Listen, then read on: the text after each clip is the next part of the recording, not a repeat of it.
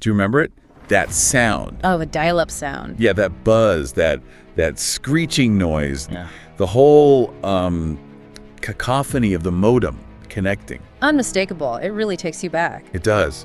And for a lot of us, that was the soundtrack to something that felt, well, genuinely magical. Realizing you could actually talk to someone, halfway across the world, someone who got your weird hobby or just understood you.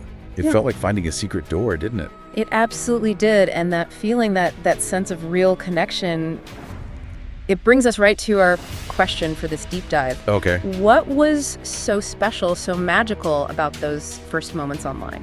Before, the infinite scroll and all that. Right, before it became this. Exactly.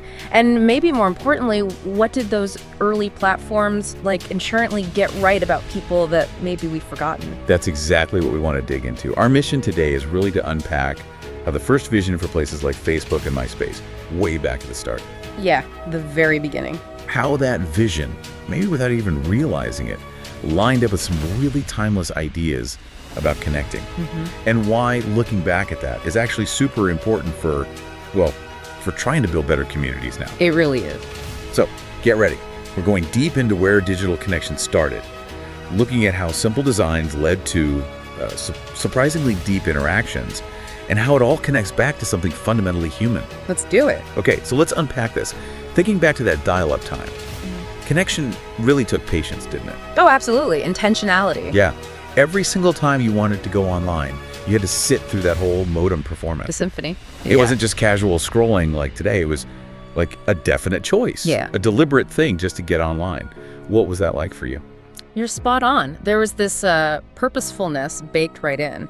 Friendster back in 2002, MySpace in 2003, Facebook starting in 2004. Right. These weren't just tech toys. They were really trying to tackle a basic human challenge, something we've dealt with forever.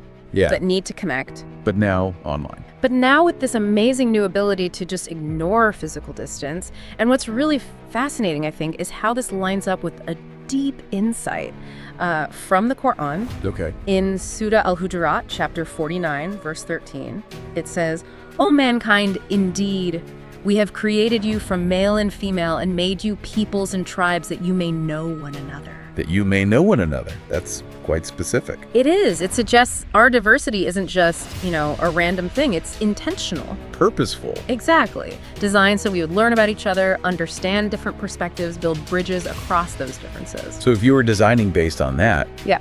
you'd encourage crossing those tribal lines. You absolutely would. Maybe features that promote cross-cultural chat or profiles highlighting unique backgrounds, not just, shared likes. And early Facebook, maybe without knowing it, kind of did that. How so? Well, starting within one university, then connecting different universities, it forced interaction between different groups who might not have otherwise met. It was that first step of knowing one another online. One slow, deliberate dial-up connection at a time. Precisely. Okay, this is where it gets really interesting for me. Thinking about Facebook around, say, 2005. Right, college only still. Yeah. And remember clicking a photo and just watching it load, line by painstaking line? Oh, yeah. 5 minutes for one blurry photo sometimes. And what did you even have? A wall? Photos? A status update? That was kind of it. Pretty basic. And then Twitter, 2006, with that 140 character limit. That wasn't just random, was it? No, not at all. That limit, and yeah, the slow photo loading, those were partly clever workarounds for the tech limits back then. Like slow internet and clunky phone keyboards. Exactly, but the effect it had was huge. It made you distill your thoughts. Every word had to count. No room for rambling. Nope.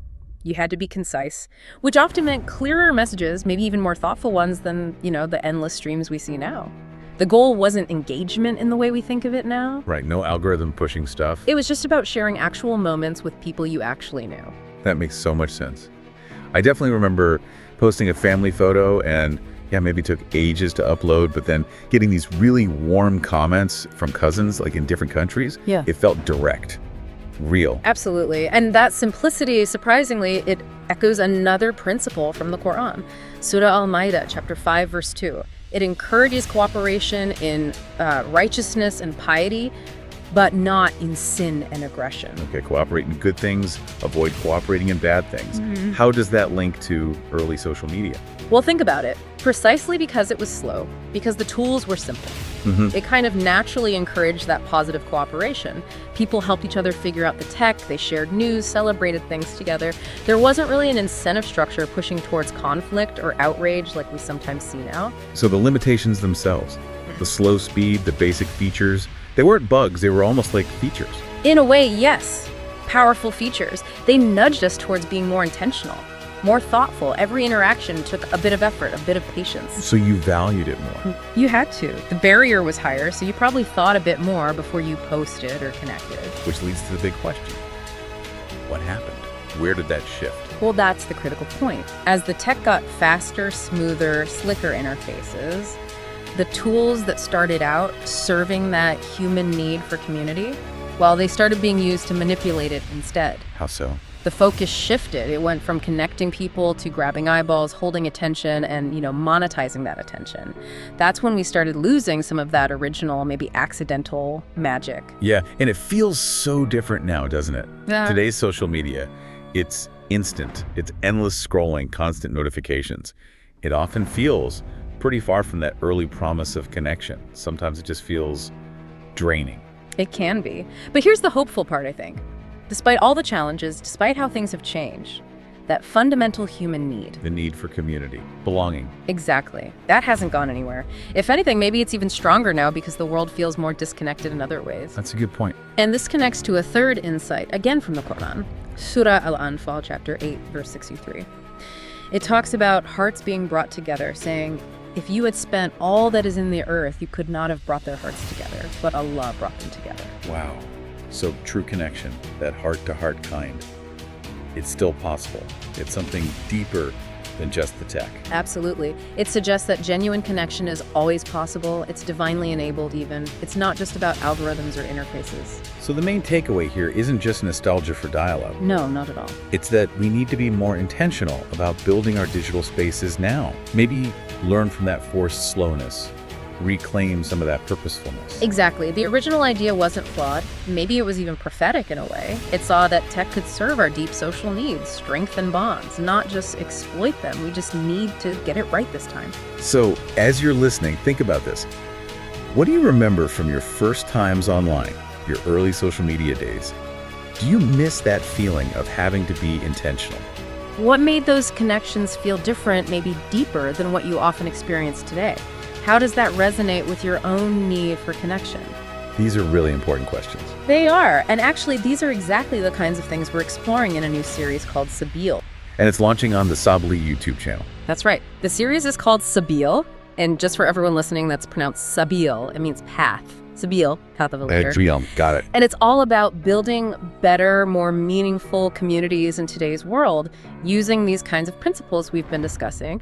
And the Sabeel platform itself, it's really trying to be a practical example of this. Okay, tell us more. What makes Sabeel different? How does it try to foster that meaningful connection? Well, it's built as an all-in-one place, specifically for people leading communities, organizing events, and also for halal businesses following Islamic principles. Okay. The whole point is to empower you to build and grow your community, to really have your own digital space. You can host events any size, manage tickets, vendor signups, all streamlined. Making the logistics easier. Right. But crucially, it's designed to be ad-free and algorithm-free. So no hidden manipulation of what you see. Exactly. You see what you choose to follow, what your community shares. It's about fostering that genuine connection, that mutual support we talked about earlier, bringing people and helpful businesses together in one place. So it's less about just consuming content and more about actively participating, building something together. Precisely. It's a space where you can watch the Sabeel Path of a Leader series without ads, sure. But more than that, it's about being part of a movement trying to bring that real connection back online, building communities that actually serve people. Okay, so wrapping up this deep dive then, the core message seems to be that the way digital connection started, even with all its clunky limitations. Yeah, the slowness, the simplicity. It accidentally encouraged deeper, more purposeful bonds, which tells us that true connection, that human-to-human stuff is still very possible today. Absolutely. It's fundamentally human, not just technological. Which leaves us with a thought to chew on. Yeah, a little provocation for everyone listening. What's one small intentional thing you could do this week? Just one digital interaction you could shift from, say, mindless scrolling to something actually meaningful. How could bringing back just a tiny bit of that modem buzz mindset, that patience, that purpose, how could that change your own experience online? That's a great question. And we definitely encourage you to check out the Sabeel Path of a Leader series over on Sabeel.com, see how these ideas are being put into practice, and think about how you can foster more intention in your own digital world. Well said. Until next time, stay intentional.